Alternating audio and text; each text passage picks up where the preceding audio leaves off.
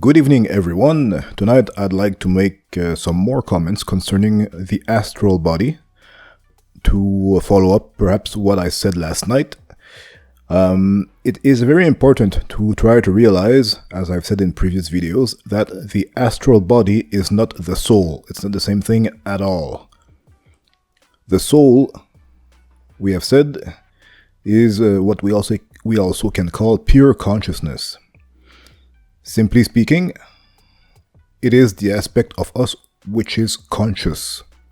It has various aspects, but the main thing to consider at first is that the soul is the conscious aspect within us, that which is conscious of.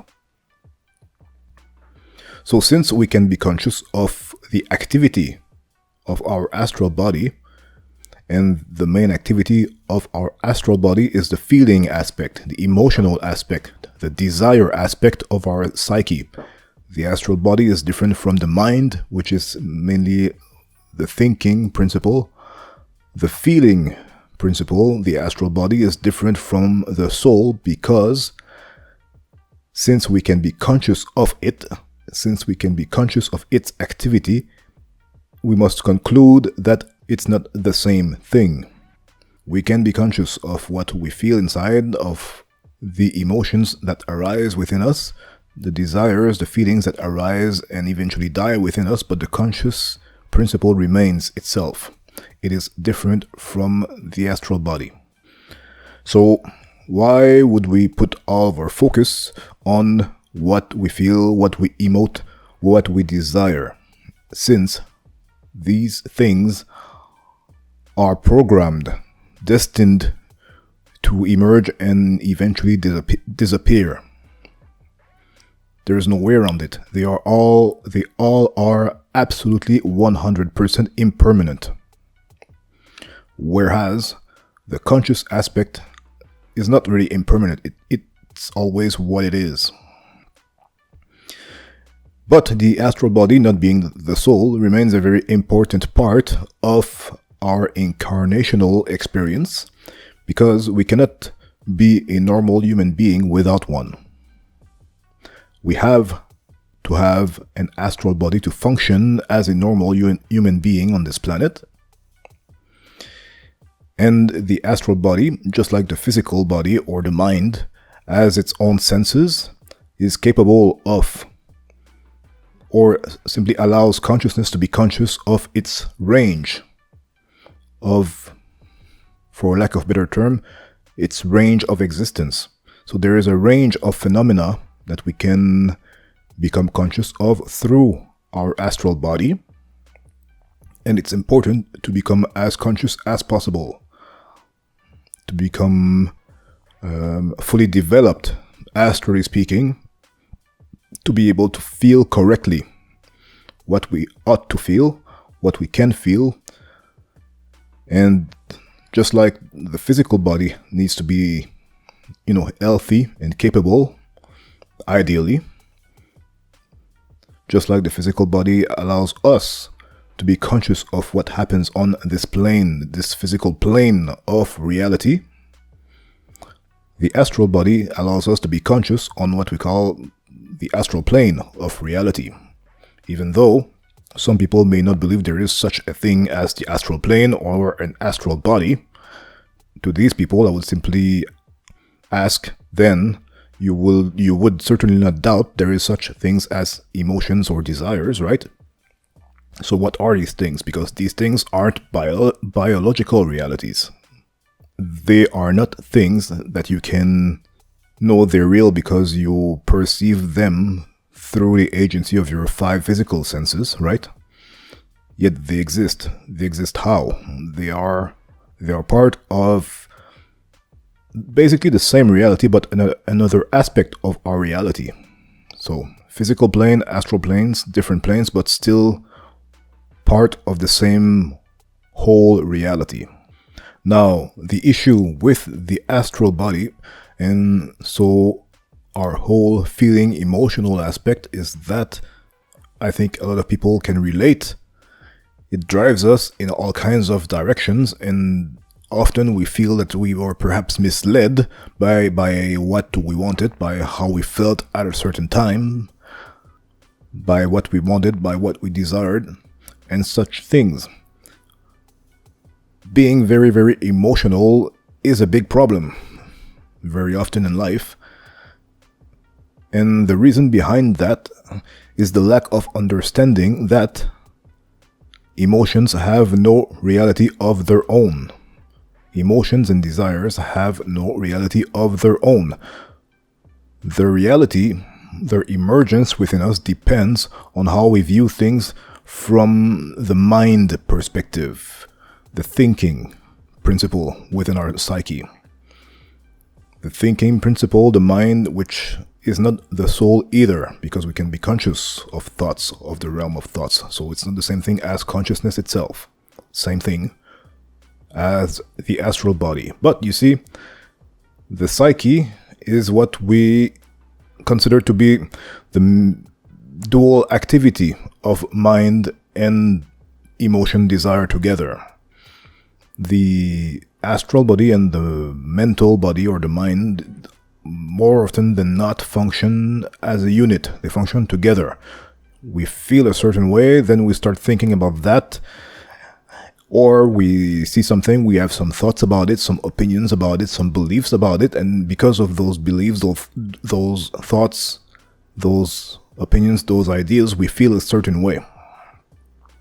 So the important thing for the right use and the eventual correct mastery of our own astral body, meaning our own emotional apparatus, the key to its mastery is correct knowledge, or a certain will to know or to find out what the truth of any matter is.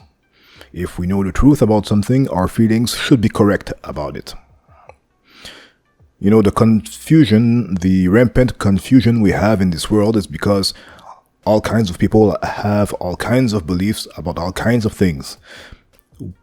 We can't seem to agree about what the truth is about many things, which is why people feel very, very, very differently about certain issues, especially political issues, social issues. We don't know what the absolute truth is about what these things are, or what is in expression through certain social phenomena, through certain political forces, through certain social movements, and so on. And because we do not know what the truth is, or what's the truth behind these things, what is an expression through these things, everyone has their opinions and their feelings about it, and confusion remains rampant. So the reason for the rampant confusion there is in this world is that so many people have so many opinions differing from those of other people, and so no one seems to agree about what the truth is, and therefore we all feel very differently about the same things. The problem again is that we cannot agree about what the truth of what these things are, what is in manifestation through those things we are observing. Social phenomena, the emergence of a special politician, a war somewhere, social trends of all kinds, what to do about a pandemic, all kinds of things. But because we do not know what the truth behind those things are, what are the nature of the energies that are in manifestation through all kinds of such phenomena, political, social, economical, biological, or otherwise, since we cannot know what, or since we do not know what the truth is, and people have all kinds of differing opinions about what the truth of these things we all feel very differently about these things. And since mankind's consciousness is largely astral, way more than it is mental, mankind's consciousness in our day and age is more astral than mental. So our feelings drives us nuts sometimes, drives us in all kinds of various direction, and as we can see on social media or on TV, or we can see sometimes in the streets or whatever, people fight, people bicker, people get all riled up, people get very emotional, very hateful, very angry, one camp versus the other, left versus right. It's endless conflict. This is a very big problem for humanity, and it cannot be solved until a certain truth, fundamental truth, becomes more obvious to more people, and so the feelings of people are going to align, and solutions will start to emerge as being obviously the way to go for way more people than now.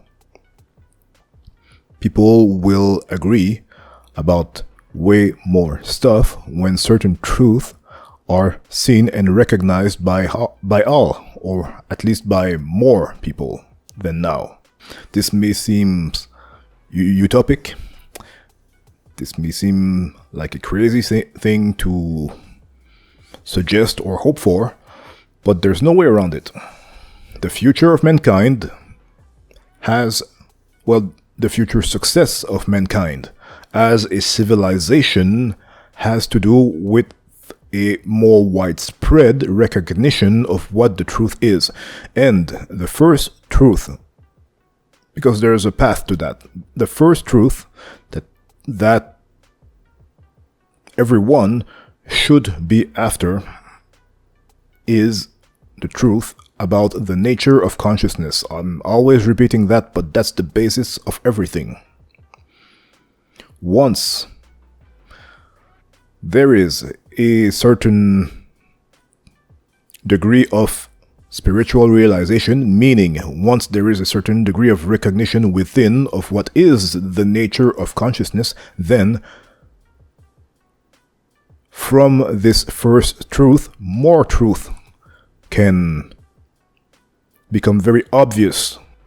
If it was more part of the culture to cultivate that spiritual quest towards the inner realization of the true nature of consciousness, then sooner or later, more people would very much more naturally agree about what's the truth about this and what's the truth about that, what's the truth behind this social phenomenon, what's the truth about this kind of political direction, what's the truth about this kind of economical policy, and so on and so forth. People would agree much more without coercion, without the need for anything to be enforced upon people. But I think unfortunately this lies perhaps only in a distant future. For now, only very few people are very much interested in that. So we must try to explain what has to be done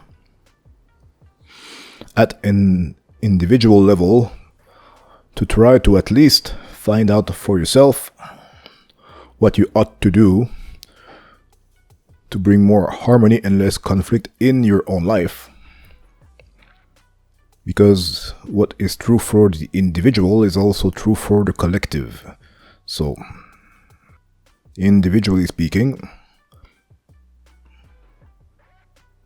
if you want to diminish the confusion in your own life, first, seek the truth about what is the nature of your own consciousness, which is your own soul, and what to do after that will probably become more obvious to you, because more consciousness means more light, and more light means more clarity, and more clarity means the right direction for you in your own life will become perhaps more obvious and beyond any debate, beyond any doubt, beyond any kind of opinion or belief or any of those things, because those things are not part of the soul. Doubt, belief, opinion. That's not part of the soul at all. Pure consciousness has no doubt. Pure consciousness has no belief. Pure consciousness has no opinion. Pure consciousness knows. Pure consciousness is conscious of, and therefore knows. So, if you can take some steps towards that in your own life, it's going to be very easy for you to conclude what's going to happen on this planet when way more people are trying to achieve just that.